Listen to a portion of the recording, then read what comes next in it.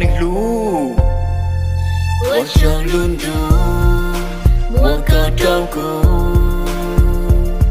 他怎么日那心中，中西的歌目，中山远路高，路高，路高一类似，远多高的。远着的歌，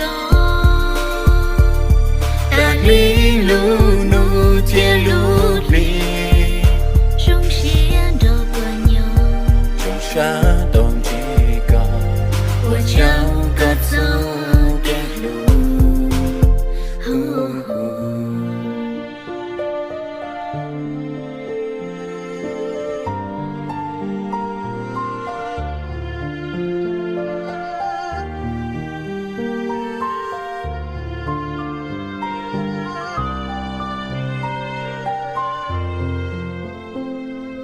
眼睛冷，头光精神。Luôn tôi nhớ soi có bức cả cho lu. Cô yên cả cho luôn tu thật lệ án ta cô dọa lu co, muốn có tu nu thua, giờ nu tư lung xa ta có luôn tu trong gì, ta sống mua nên phỉ, ta sống mua nên lu. 我想轮渡，我可照顾，他怎么日那心中，中西的歌目，中山远路高，路高，路高一类似，远多高的。